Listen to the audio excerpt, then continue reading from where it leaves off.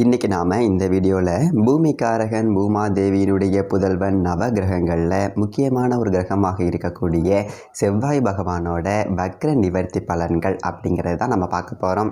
அதாவது செவ்வாய் அப்படிங்கிறது ரொம்ப முக்கியமான ஒரு கிரகம். சுவர் இருந்தால் தான் சித்திரம் அப்படி சொல்லுவாங்க இல்லைங்களா. செவ்வாய் தான் உடல் ஆரோக்கியத்துக்கு அதிபதி. ஒரு நல்லதொரு தேக ஆரோக்கியம் வேணும் அப்படின்னா செவ்வாய் பலமாக இருக்கணும். அப்படிப்பட்ட செவ்வாய் டிசம்பர் மாதம் 7ஆம் தேதி 2024 கடகராசியில் நீச நிலையில் இருந்து வக்ரமாகிட்டார். அதன் பிறகு பின்னோக்கி பயணமாகி மிதுனம் ராசிக்கு போனார். இன்னொரு முக்கியமான விஷயம், தனிப்பட்ட முறையில் ஜாதகம் பார்க்க இந்த வாரத்துக்கான அப்பாயின்மெண்ட் ஃபிக்ஸ் பண்ண சொல்லி நிறைய பேர் கேட்டிருந்தீங்க. நாம் கண்டினியூவாக இப்போலாம் வீடியோவில் கொடுத்துட்டு தாங்க இருக்கோம். இப்போது ரூபாய் 199க்கு தெளிவாகவும் விளக்கமாகவும் நம்ம ஜாதகம் பார்த்து தரோங்க. அதுவும் இந்த ஒரு மாதம் மட்டுங்க. அது மட்டும் இல்லாமல் தாழ்மையான வேண்டுகோள், இந்த நம்பருக்கு ஃபோன் கால் எதுவும் பண்ண வேணாங்க. ஜஸ்ட்டு உங்கள் வாட்ஸ்அப்பில் இருந்து மெசேஜ் அனுப்புனாலே போதும். உங்களுக்கு தேவையான அனைத்து டீட்டெயிலுமே நம்ம டீமில் இருக்கிறவங்க கொடுத்துருவாங்க. அப்பாயின்மெண்ட் டேட் மற்றும் டைம் ஃபிக்ஸ் பண்ணதற்கு பிறகு அந்த நேரத்தில் நான் உங்களுக்கு ஃபோன் கால் பண்ணி ஜாதகம் பார்த்து பலன்கள் சொல்லிவிடுவேங்க. உங்களுக்கு வாய்ஸ் நோட் வேணும் அப்படின்னாலும் அதையும் நாங்கள் அனுப்பிச்சிடுவோம். ஜஸ்ட் நீங்கள் வாட்ஸ்அப்பில் மெசேஜ் மட்டும் பண்ணாலே போதுங்க. உங்களுக்கு டீட்டெயில் அப்படிங்கிறது சொல்லிவிடுவாங்க. அப்புறம் நிறைய பேர் கேட்குறாங்க எவ்வளோ நேரம் ஆகும்னு. ஃபஸ்ட்டு நாம் ஜனன காலகட்டத்தை பார்த்து பலன்கள் அப்படிங்கிறத சொல்லிவிடுவோம். இதை விட முக்கியமான விஷயம், இங்கே டைம் ஒரு விஷயமே இல்லைங்க. உங்களுடைய கேள்விகள் பதில்கள், உங்களுடைய கேள்விகளாக இருக்குங்கள்ல, சந்தேகங்கள் கேள்விகள், இது எல்லாத்தையும் சொல்கிறதுக்கே நம்ம நிறைய டைம் எடுத்துக்கும். 30 நிமிஷத்துக்கு மேலே கூட பரவாயில்ல, 1 ஹவர் ஆனாலும் பரவாயில்ல. உங்களுக்கு தெளிவாக புரிகிற வரைக்கும் நாங்கள் ஜாதகத்தை கிளியராக சொல்லிவிடுவோங்க. இதை தாண்டி நம்ம எப்படி ஜாதகம் பார்க்குறோம் அப்படின்னா, முதல்ல ஜனன காலகட்டத்தின் அடிப்படையில் பொதுவான பலன்கள் அப்படிங்கிறத சொல்லிவிடுவோம்.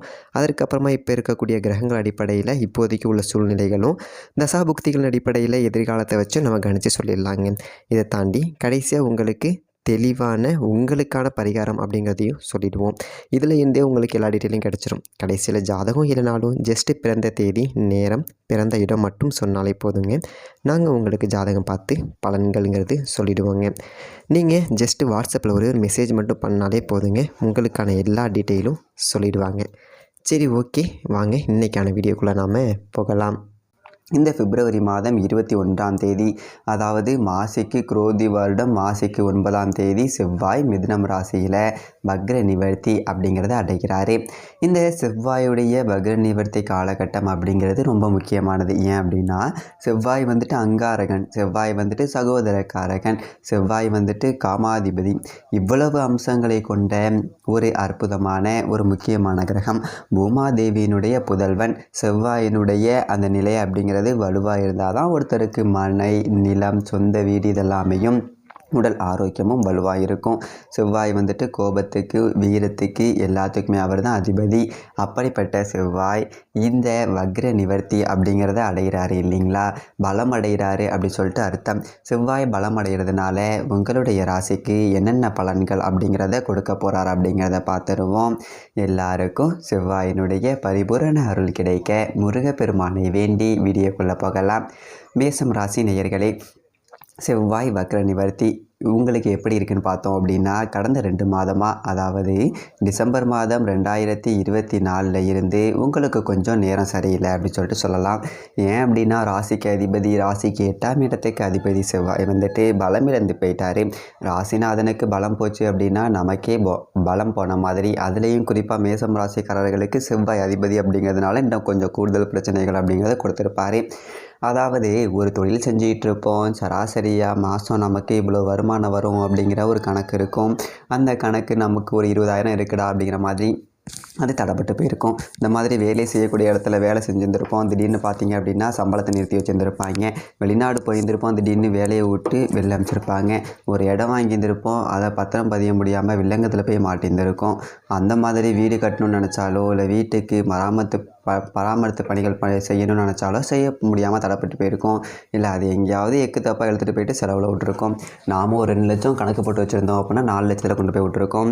கையில் காசு இல்லாமல் மேலே 2 லட்சம் கடன் வாங்குற மாதிரி இருந்திருக்கும். அந்த கடனை அடைக்கிறதுக்கு ஒரு வழி பிறக்குமா அப்படின்னு சொல்லிட்டு பார்த்துக்கிட்டு இருப்போம். அதுவும் வராது.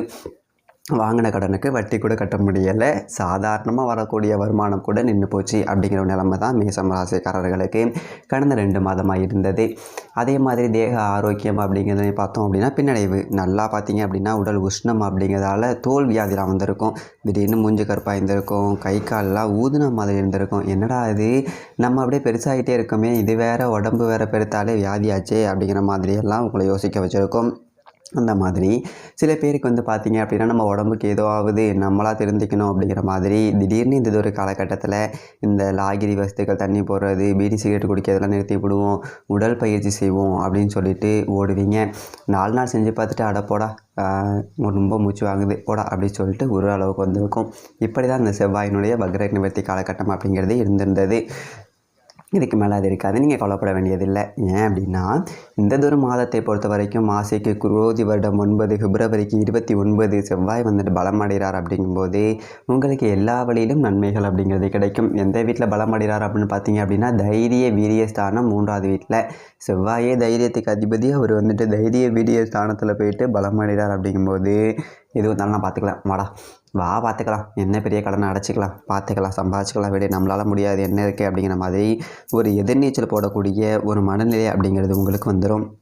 அதே மாதிரி எடுத்த காரியங்கள் எல்லாம் தோல்வி அடைஞ்சவங்க இனிமேல் தொட்டது எல்லாமே தட்டி தூக்கக்கூடிய ஒரு காலகட்டம், ஒரு விஸ்வரூபம் அப்படிங்கிறத நீங்கள் எடுத்துடலாம். அப்படி ஒரு அற்புதமான ஒரு காலகட்டமாக இந்த செவ்வாய் வக்ர நிவர்த்தி இருக்குது. அதோட தொழிலில் இருந்து வந்த தொல்லை அப்படிங்கிறது நீங்கும். நிறைய பார்த்தீங்க அப்படின்னா மின்சாதன பொருட்கள் எல்லாமே கடந்த காலகட்டத்தில் பழுதாகி போயிருந்திருக்கும் இந்த செவ்வாயினோட ஒரு வக்ர காலகட்டத்தில். ஏன் அப்படின்னா நெருப்பு, மின்சாரம் இதெல்லாம் அவரோட டிபார்ட்மெண்ட்டில் வருது. ஒரு ஆஃபீஸர் இருக்குது அப்படின்னா கம்ப்யூட்டர் அடிக்கடி ரிப்பேர் ஆகுறது. இப்போ தான் 2 நாளைக்கு முன்னாடி ஒரு 2000 செலவு பண்ணிட்டு வந்தேன், மறுபடியும் ரிப்பேர் ஆகி போச்சுரா என்ன போ அப்படிங்கிற மாதிரி தூக்கி ஓரங்கட்டி இருப்பீங்க.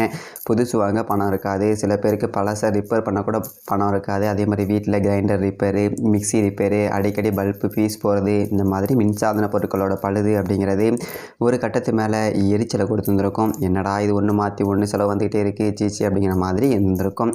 இனிமேல் அது எல்லாம் இருக்காது. ஒரு அலுவலகத்தில் குறிப்பாக கணினி சார்ந்து வேலை செய்யக்கூடியவர்கள், மின்சார பொருட்கள் சார்ந்து வேலை செய்யக்கூடியவங்க, ரொம்ப கம்ப்யூட்டர் இன்ஜினியராக இருக்கலாம், இல்லை ஒரு TV, grinder, mixie, fan repairing work இந்த மாதிரி வேலை செய்கிறவங்க, இவங்க எல்லாருக்குமே நல்லதொரு பலன்கள் அப்படிங்கிறது கிடைக்கும். அதில் எந்த ஒரு மாற்றமும் இல்லை. அதே மாதிரி செவ்வாய் அப்படிங்கிறவர் மத்தியில் இரும்பை கொண்ட ஒரு கிரகம். அப்போது இரும்பை மூலதனமாக கொண்டு தொழில் செய்யக்கூடியவங்க, பற்ற வச்சுருக்கேன், லாரி வச்சுருக்கேன், ஏதோ ஒரு மெக்கானிக் வேலை பார்க்குறேன், இவங்க எல்லாருக்குமே பார்த்தீங்க அப்படின்னா நிறைய பணி சுமை அப்படிங்கிறது இருந்திருக்கும், வருமானம் அப்படிங்கிறது இருந்திருக்காது. இதுக்கு மேலே அதை பற்றி நீங்கள் கவலைப்பட வேண்டியதில்லை. இரும்பு சார்ந்து தொழில் செய்யக்கூடியவர்கள் வந்துட்டு இதுக்கு மேலே பெரிய அளவில் வெற்றி அப்படிங்கிறத அடையலாம். அதே மாதிரி சொந்த தொழிலில் வேலைக்கு ஆள் கிடைப்பாங்க. ஆனால் 4 நாளைக்கு வருவான், 5வது நாள் ஓடி போயிடுவான். நல்லதொரு வேலையாள் கிடைக்க மாட்டியா, நல்லதொரு சம்பளம் கொடுக்குறேன், சாப்பாடு போடுறேன், பெத்த புள்ள மாதிரி பார்த்துக்கிறான், ஒருத்தவங்களை தங்க மாட்டேங்கிறானே அப்படிங்கிறன்னு இருந்தவங்களுக்கு எல்லாமே நல்ல பணியாட்கள் அப்படிங்கிறது கிடைப்பாங்க. அதே மாதிரி உடன்பிறப்புகள் வகையில் சுப செய்திகள் அப்படிங்கிறது வரும். ஏன் அப்படின்னா ஒரு சகோதரக்காரகன் செவ்வாய் அப்படிங்கிறவர். இதுக்கு மேலே உடன்பிறப்புகள் வகையில் உங்களுக்கு நல்லதொரு செய்திகள் அப்படிங்கிறது வரும். அதில் எந்த மாற்றமும் இல்லை. உத்தியோகத்தில் மேல்மட்ட அதிகாரிகள் உங்களுக்கு இணக்கமாக நடந்துப்பாங்க. எரிஞ்சு விழுந்துக்கிட்டு இருந்திருப்பாங்க, அவன் இதுக்கு மேலே நமக்கு ரொம்ப இணக்கமாக நடந்துப்பாங்க அப்படிங்கிறது ஒரு சிறப்பான ஒரு அம்சம் அப்படிங்கிறது. இந்த ஒரு காலகட்டத்தில் பிற கிரகங்கள் அப்படின்னு சொல்லிட்டு பார்த்தீங்க அப்படின்னா மீனம் ராசியில் மாசி 14ஆம் தேதி வக்ர நிவர்த்தியாகி அடுத்த 2 நாளில் மீனம் ராசிக்கு புதன் போயிட்டு நீச்சம் அடைஞ்சிடுறாரு. இருந்தாலும் அங்கே உச்சம் அடைஞ்சிருக்கக்கூடிய சுக்கரனோட சேர்ந்துக்கிட்டு புத சுக்கர யோகம் அப்படிங்கிறத உருவாக்குறாரு. அப்போது உங்களுக்கு உதவி செய்கிறதுக்கு நிறைய நண்பர்கள் கிடைப்பாங்க. தடிக்கு கீழே விழுந்தாலும் தூக்கி விட ஆள் இருக்கும். சகோதரர்கள் இருப்பாங்க. அண்ணன் தம்பி இருக்காங்களா, எனக்கு ஒரு பிரச்சனைனா பார்த்துக்கிறதுக்கே அப்படிங்கிற மாதிரி இருக்கும். அதனால் அதை பற்றி நீங்கள் கவலைப்பட வேண்டியதில்லை. இதே காலகட்டத்தில் குரு சுக்கிரன் பரிவர்த்தனை யோகம் அப்படிங்கிறது இருக்குது. குரு வீட்டில் சுக்கிரன், சுக்கிர வீட்டில் குரு, அதே போல் அசுப குரு வீட்டில் தேவகுரு, தேவகுரு வீட்டில் அசுபகுரு, மீனத்தில் சுக்கிரன். அதே மாதிரி சுக்கிரனுடைய வீடான ரிஷபத்தில் குரு அப்படிங்கிறவங்க இருக்காங்க. அப்போ 2க்கும் 7க்கும் அதிபதியான சுக்கிரன், 9க்கும் 12க்கும் அதிபதி குரு. இந்த பரிவர்த்தனையால் காசு பணம் அப்படிங்கிறது இதுக்கு மேலே கையில் சரளமாக புழங்கும். தொழில் வியாபாரத்தில் வெற்றி பாதையை நோக்கி நீங்கள் பயணம் செய்யலாம். ஒரு 6 மாதமாக தொழில் சரியாக போகலை, 3 மாதமாக சரியாக போகலை அப்படிங்கிறவங்களுக்கு எல்லாமே கூட தொழில் இதுக்கு மேலே ஒரு வளர்ச்சி பாதையை நோக்கி போகிறத நீங்கள் கண்கூடாக பார்க்கலாம். கடந்த காலகட்டத்தை விட்டது நம்ம பிடிச்சிடலாண்டா அப்படிங்கிற அளவுக்கு ஒரு நேர்மறை ஆற்றல் அப்படிங்கிறது உங்களுக்கு கிடைக்கும். அதே மாதிரி அரசியல் துறையில் இருக்கக்கூடியவர்களுக்கு செவ்வாய் ரொம்ப முக்கியம். அரசியலில் பதவி இழந்தவங்க, அரசியலில் தோற்று போனவர்கள், கடந்த காலகட்டங்களில் பெரிய அளவில் உட்கட்சி பிரச்சனையில் பாதிக்கப்பட்டவங்க, இவங்க எல்லாருக்குமே பெரியதொரு பதவி கிடைக்கக்கூடிய ஒரு வாய்ப்பு இருக்குது. அதே மாதிரி நிலப்புலம் வாங்கக்கூடிய ஒரு வாய்ப்பு இருக்குது. ஒரு இடம் ஒன்று அட்வான்ஸ் கொடுத்தேன், ஒரு சட்ட சிக்கல் எழுத முடியலை, போக்குவரத்து வில்லங்கம் அப்படின்னு இருந்தவங்களுக்கு எல்லாம் கூட இதுக்கு மேலே சரியாகிடும். மேசம் ராசிக்காரர்களுக்கு இந்த மாசி மாதம் ஒரு அற்புதமான ஒரு முக்கியமான ஒரு அமைப்பாக வரக்கூடியது இந்த செவ்வாயினுடைய வக்ர நிவர்த்தி அப்படிங்கிறது தான். மாசி 9ஆம் தேதிக்கு மேலே வாழ்க்கை அப்படிங்கிறது ரொம்ப சிறப்பாக இருக்கும். செவ்வாய்க்கிழமைகளில் முருகப்பெருமானை வணங்கிட்டு ஏழைகளுக்கு அன்னதானம் பண்ணுங்க. மிக அற்புதமான ஒரு நேரம் அப்படிங்கிறது வந்துருச்சு. மேசம் ராசிக்காரர்களுக்கு வாழ்த்துக்கள். எல்லாம் நல்லதாகவே நடக்கும். நன்றி, வணக்கம்.